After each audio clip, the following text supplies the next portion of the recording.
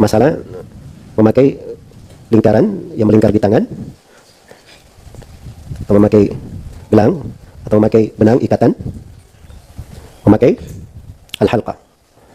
Ya, al-halqa itu segala sesuatu yang melingkar, segala sesuatu yang melingkar dari tembaga maupun yang lainnya, itu al-halqa. Al-khayt juga bisa masuk di dalam halqa sebenarnya. Cuman dia bukan di gelang saja di sini. Kalau gelang kan kita di sini ya. Kalau di sini apa? Di lengan sini. Hah? Namanya apa? Gelang juga? Hah? Ya, makanya tadi saya bilang lingkaran. Bisa juga di sini. Ini halqa juga bahasanya. Jelas ya? Halqa juga. Baik. Jadi apa yang digantung, apa yang dilingkarkan pada lengan itu disebut halqa, atau pada tangan disebut halqa. Wa nahwihima, dan semisal dengannya. Semisal dengannya. Ini maksudnya apa yang diikat, apa yang digantung, apa yang dilingkarkan. Nah, begitu lebih mudahnya. Apakah itu di tangan, di leher, di kaki, itu sama saja. Jelas ya? Faedahnya apa yang dia cari? Liraf'il bala, untuk mengangkat bala. Baik. Di sini penulis rahimahullahu taala sudah memberikan hukum bahwa hukumnya minasyirki, termasuk kesyirikan. Termasuk kesyirikan. Syirik apa? Tergantung pada keyakinan dia di dalam hal tersebut. Karena minasyirki di sini mungkin syirik asgar, dan itu yang kebanyakan orang melakukannya seperti itu, dan mungkin saja syirik akbar. Mungkin syirik akbar. Ya, kapan dia menjadi syirik asgar? Segala hal yang digantung, yang dilingkarkan ini, ya, dia menjadi syirik asgar apabila ada dua hal di situ. Yang pertama, dia meyakini sesuatu itu menjadi sebab, padahal itu bukan sebab syar'i dan bukan sebab qadari.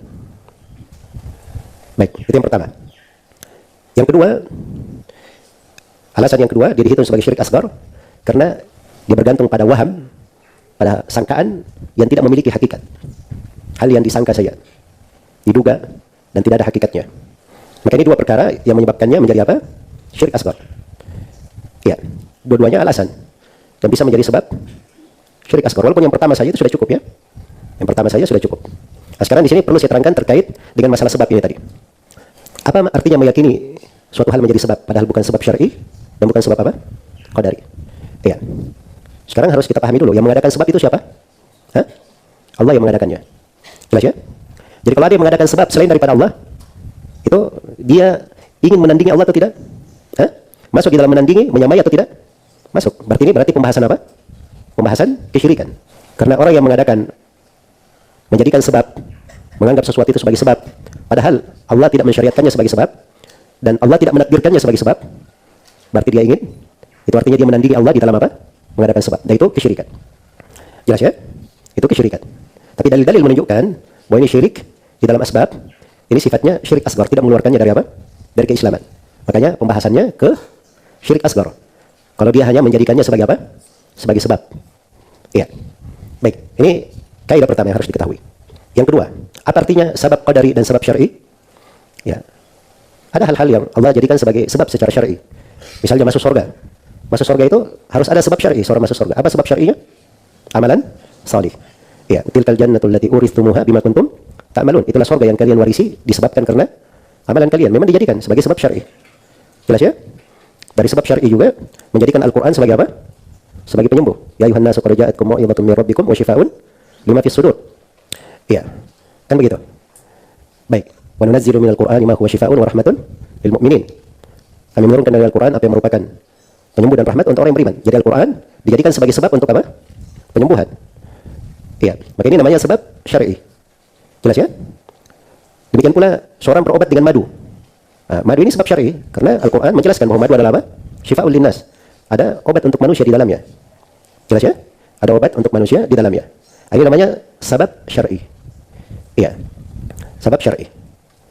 Sebagaimana kalau seorang ingin mendapatkan anak, sebab syar'inya caranya dengan apa? Dengan menikah. Kan begitu? Nah, itu sebab syar'i. Iya. Ada sebab dia dapat anak, tapi tidak disyariatkan. Nah, itu berzina namanya, diharamkan.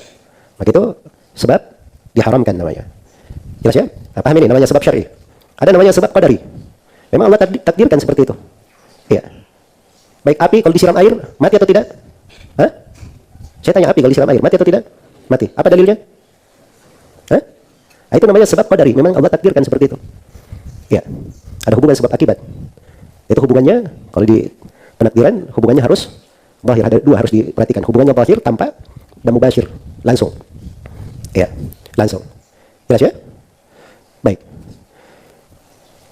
Kalau seorang makan cabai 1 kilo, biasanya apa? Ya biasanya mencret kan begitu. Jadi makan cabai sebab mencret. Jangan ada yang tanya apa dalilnya. Ya. Sebab ini memang sebab apa?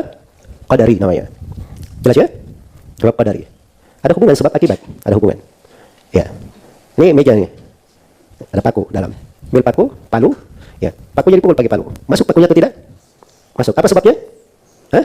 Dipukul. Ya. Pakai palu. Ini sebab qadari. Ya. Nggak usah tanya apa dalilnya.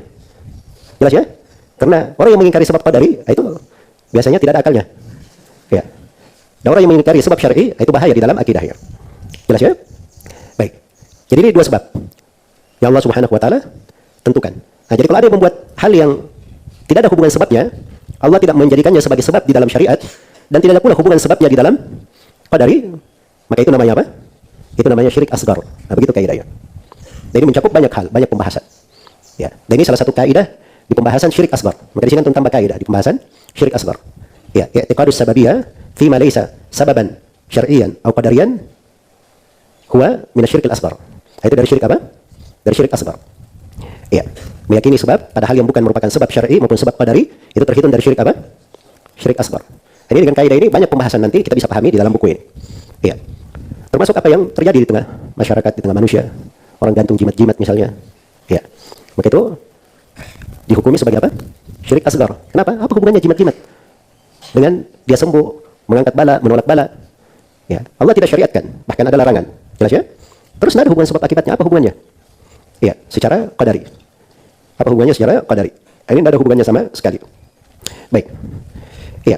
Jadi manusia beraneka ragam sekarang ini. Di antara bentuk-bentuk mereka meyakini sebab. Ya. Dan ada hal-hal yang kadang berjalan di tengah masyarakat ya. Perkara yang berjalan di tengah mereka anggap hal biasa. Ya. Tapi itu adalah masuk di dalam syirkul asghar. Misalnya anak bayi itu, anak bayi kalau ya, baru lahir kadang digantungnya apa? Peniti, dikasih bawang kan? Itu untuk apa itu? Hah? Ya, mengusir macam-macam dari gangguan syaitan, dari gangguan jin. Ya apa hubungannya jin dengan itu? Jelas ya? Itu tidak ada sebab syar'i di situ, tidak ada pula sebab secara apa? Sebab qadari. Ini masuk di dalam syirik asghar. Kenapa masuk dalam syirik asghar? Ini pentingnya pembahasan tauhid. Sebab dia ingin menyaingi Allah. Namanya itu dengan perbuatannya dia menandingi Allah, membuat sebab. Padahal yang mengadakan sebab itu siapa? Allah Subhanahu wa taala. Nah, maka ini masuk di pembahasan tauhid. Ini pembahasan besar kalau sudah terkait dengan masalah tauhid. Karena itu penulis nanti akan terangkan. Syirik asghar itu lebih besar dari dosa besar. Syirik asghar lebih besar dari apa? Dari dosa besar. Baik. Ya. Jadi ini kaidahnya ya, terkait dengan masalah asbab. Masalah sebab. Ya. Dan manusia di dalam menetapkan sebab itu terbagi 3. Ada yang mengingkari sebab. Ini golongan yang pertama mengingkari sebab. Mereka yang menafikan hikmah. Menafikan hikmah. Ini dari kalangan kelompok Jabriyah di pembahasan takdir yang masuk di dalamnya orang-orang Asy'ariyah. Masuk di dalamnya orang-orang Asy'ariyah. Ya. Ini kelompok pertama. Ini menyimpang. Kelompok yang kedua yang berlebihan di dalam menetapkan sebab. Semuanya menjadi sebab. Ya. Jelas ya? Semuanya menjadi sebab. Selendang gurunya, cium tangan guru, ya. Kemudian apa saja bisa jadi sebab bagi mereka. Ini berlebihan. Gulu. Ini biasanya di kalangan orang-orang sufiyah dan orang-orang ahli khurafat. Yang ketiga, yang pertengahan. Ini jalan ahli sunnah, selalu pertengahan. Jalan ahli sunnah itu mereka hanya menetapkan. Ya. Mereka mengimani adanya sebab dan sebab itu punya pengaruh, tapi dengan izin Allah. Ya. Dan mereka tidak menjadikan sesuatu itu sebagai sebab kecuali apa yang Allah jadikan sebagai sebab syar'i atau sebab apa? Sebab qadari. Itu ahli sunnah, pertengahan. Baik. Ini syirik asghar. Kapan dia menjadi syirik asghar? Tadi ada 2. Karena yang pertama dia meyakini sababiyah, suatu menjadi sebab, padahal dia bukan sebab syar'i, bukan sebab qadari. Dan yang kedua, dia menyangka pada sesuatu yang tidak ada hakikatnya. Iya. Baik. Dia bergantung pada sesuatu yang sekedar sangkaan saja yang tidak ada hakikatnya. Baik. Ini syirik asgharnya. Kalau syirik akbarnya, kapan menjadi syirik akbar? Ya. Gantungan-gantungan ini dari yang dilingkarkan, yang dikalungkan, itu menjadi syirik akbar kapan? Kalau dia menganggap, dia meyakini bahwa yang digantung atau yang dikalungkan itu, atau yang diikatkan itu memberi pengaruh dengan sendirinya. Dia memberi pengaruh dengan sendirinya. Dia misalnya menggantung jimat. Dia bilang jimat ini bisa memberi manfaat dan bisa memberi bahaya dengan sendirinya. Ini syirik akbar namanya. Kenapa syirik akbar? Sebab ini artinya dia menjadikan jimat itu pencipta selain daripada Allah Subhanahu wa taala. Itu sudah masuk di pembahasan syirik akbar. Jelas ya? Iya. Jadi kalau dia yakini hanya sebagai sebab, ini syirik asghar. Kalau dia yakini bahwa sesuatu itu dengan dirinya sendiri yang memberi manfaat dan memberi bahaya, itu sama saja dengan dia meyakini ada pencipta lain selain daripada Allah Subhanahu wa taala. Maka itu masuknya di dalam syirik apa? Di dalam syirik akbar.